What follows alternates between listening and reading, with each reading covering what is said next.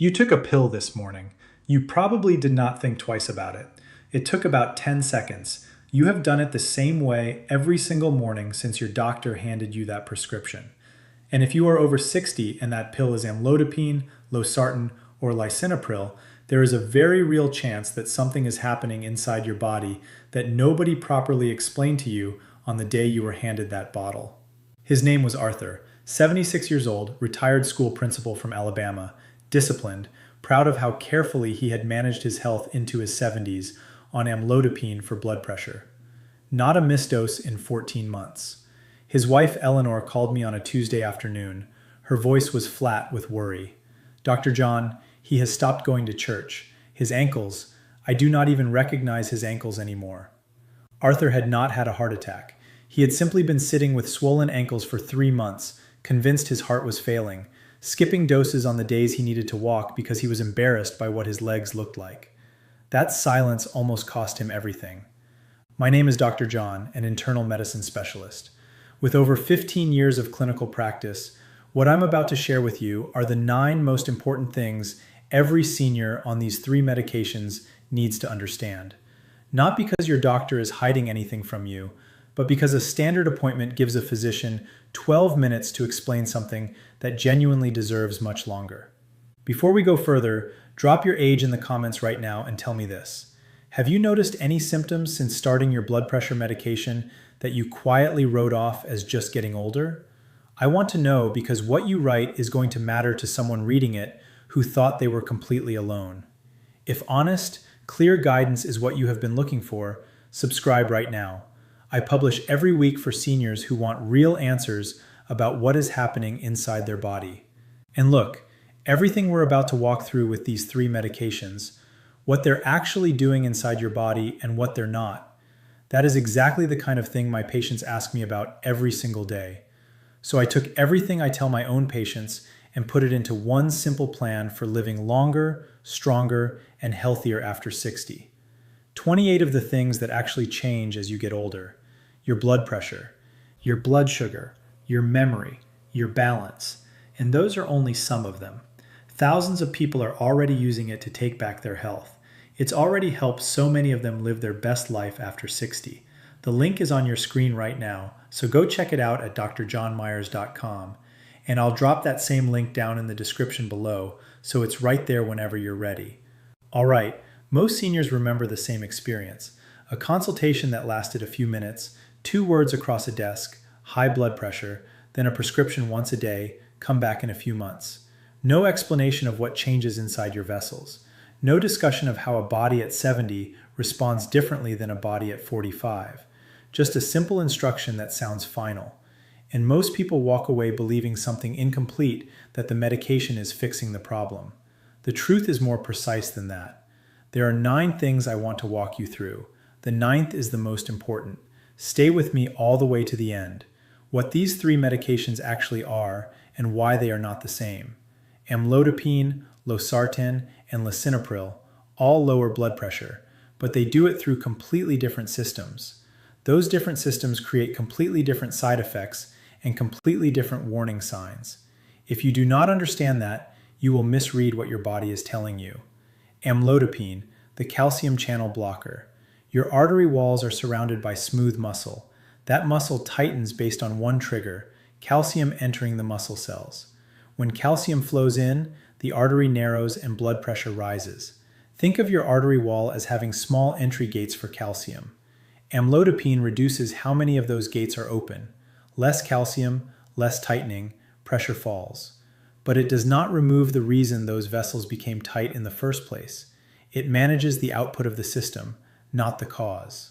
Lisinopril, the ACE inhibitor.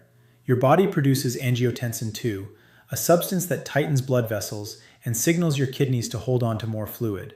To make it, your body needs an enzyme called ACE. Lisinopril blocks that enzyme. Think of it like shutting down the factory that manufactures the tightening signal. No factory, no signal, lower pressure. And because it also reduces workload on the kidneys, lisinopril is often chosen for seniors managing both blood pressure and early kidney concerns. One drug, 2 protective effects. Losartan, the ARB, Angiotensin receptor blocker. Losartan works on the same system as lisinopril, but at a different point. Lisinopril stops angiotensin II from being made. Losartan lets it be produced, but blocks the door it needs to enter to tighten your vessels. The signal is sent, the door is locked, the message never gets through. The key difference: lisinopril causes a dry, persistent cough in a significant number of patients. Losartan does not. This is why doctors switch patients, not because one is stronger, but because a cough at 2 a.m. every night is not something any senior should suffer through when a simple switch exists. The amlodipine ankle swelling and what it really means. This is the conversation Arthur should have had before he ever stopped going to church. Amlodipine relaxes the small arteries in your legs more effectively than it relaxes the small veins. Blood flows down easily, it struggles to flow back out. Fluid shifts into the surrounding tissue. That is why your shoes fit in the morning and feel tight by 6 p.m. That is why the swelling is gone by morning and back by evening. It is not heart failure, it is not kidney damage. It is a predictable mechanical consequence of how this drug acts on the vessels in your lower limbs. What made Arthur's situation dangerous was not the swelling, it was the silence. He started skipping doses because he was embarrassed, and his blood pressure climbed in silence for 3 months. Report swelling, do not hide it. Skipping doses is far more dangerous than any swelling you have been living with. The lisinopril cough and the warning sign you must never wait on. If you are on lisinopril, have you developed a cough since starting it? Not wet, not productive, dry, scratchy, tickling, a cough that nothing clears. The critical thing, it does not always start right away. Sometimes it appears months after beginning the medication. By that point, patients have completely stopped connecting it to the drug. They blame allergies, reflux, dry air. They buy lozenges, they change their detergent, and the answer is in their pill organizer every single morning. Patricia was 69. 4 months after starting lisinopril, she developed a tickle in her throat that would not leave. Sleepless nights, exhaustion. She replaced everything in her home.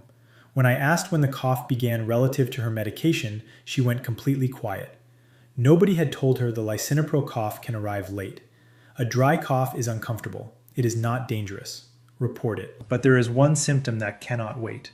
Swelling of the lips, tongue, face, or throat, especially if breathing or swallowing becomes difficult. That is emergency care immediately. ACE inhibitors can in rare cases cause angioedema, and it can become life-threatening within minutes. Dry cough, report it. Throat swelling, move now. The potassium danger that is not in your medicine cabinet. Think about your kitchen, not your medication. Your kitchen, because one of the most serious risks for seniors on Losartan or lisinopril is sitting on your counter right now. Both medications can raise potassium levels in your blood. When potassium climbs too high, it affects the electrical rhythm of your heart. The symptoms do not always announce themselves. Muscle weakness, occasional cramping, a skipped heartbeat, sometimes nothing at all until it is serious. Salt substitutes labeled heart healthy replace sodium with potassium chloride, electrolyte powders, senior meal replacement drinks. Every one of these quietly adds potassium to a body whose medication is already retaining it. Bernard was 74. He switched to a potassium salt substitute because he thought he was doing the right thing for his heart. He was on Losartan. Nobody connected those dots. He started feeling weak. His potassium came back dangerously high. Bernard was not careless. The gap was not in his discipline. It was in his information. Read every label on every heart-healthy product in your kitchen. Ask your doctor, given my medication, is it safe for me to use a potassium-based salt substitute? The pain reliever in your bathroom cabinet. Check your bathroom cabinet the moment this video ends. Look for ibuprofen or naproxen. If you are taking lisinopril or Losartan, especially with a water pill, regular use of these medicines can reduce blood flow to your kidneys and increase the risk of kidney injury. Not because any one of them is dangerous alone, because together in a slightly dehydrated body, they create conditions the kidneys struggle to manage. Nobody mentions this at appointments because ibuprofen does not feel like a real medicine. It came from a shelf, so it never gets brought up. Ask your pharmacist this exact question. Is it safe for me to use ibuprofen regularly given all the medications I'm on? That conversation is free. It may prevent a problem nobody saw coming because nobody thought to ask. What happens to your medication when you get sick? If you are on Losartan or Lisinopril and you get sick, vomiting, diarrhea, heavy sweating, unable to keep fluids down, the medication that worked perfectly yesterday may behave very differently today. These medications assume a body with stable fluid balance. When illness strips that away, the same dose can now drop your blood pressure too far and stress your kidneys. The medication did not become dangerous. The body it was working inside changed completely. Gerald was 78, stomach virus, could not keep much down.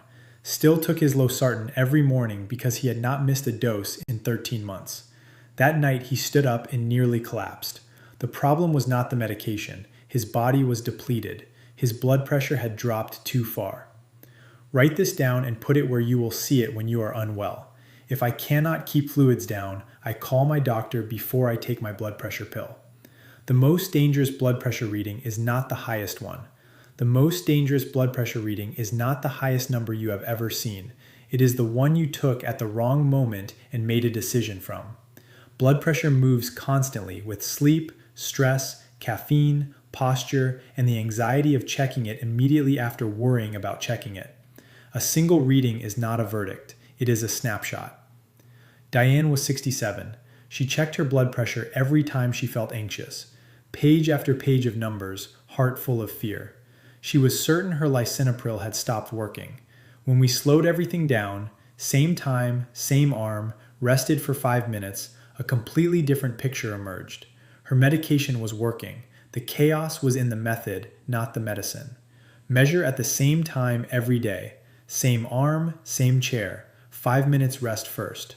React to patterns, not moments. One number is noise. A pattern is information. Only information deserves a decision. The hidden environment your medication works inside every day. 2 patients, same age, same medication, same dose, completely different results. I have seen this across 15 years. The medication is identical. The body it is working inside is not. High sodium means more pressure building inside your vessels. Your medication works harder just to hold the same ground. Poor sleep raises stress hormones that tighten the very vessels your medication is trying to relax. Excess weight adds cardiovascular pressure. No single medication fully compensates for it. Inactivity stiffens artery walls over time. When your medication and your internal environment are aligned, results are stable. When they are not, doses climb, not because the medication is failing, because the system is working against itself in 2 directions at once. The best outcomes are never medication alone. They are medication plus the environment it is working inside. The truth almost never said on the day the prescription is written. In 15 years, after thousands of appointments and thousands of prescriptions, the single most important truth about these 3 medications is the one almost never said on the day the prescription is written.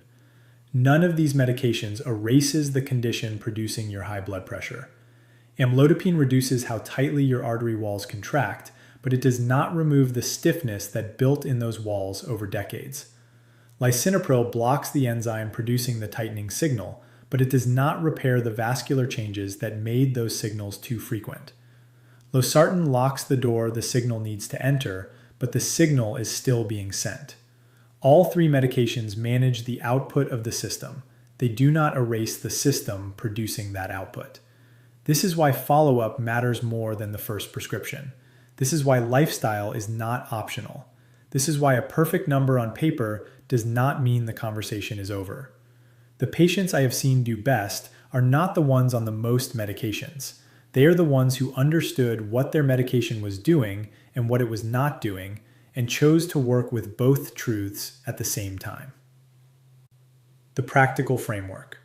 If you take amlodipine, watch for ankle swelling worse by evening, dizziness when standing, flushing. Report it. Never skip doses to hide it.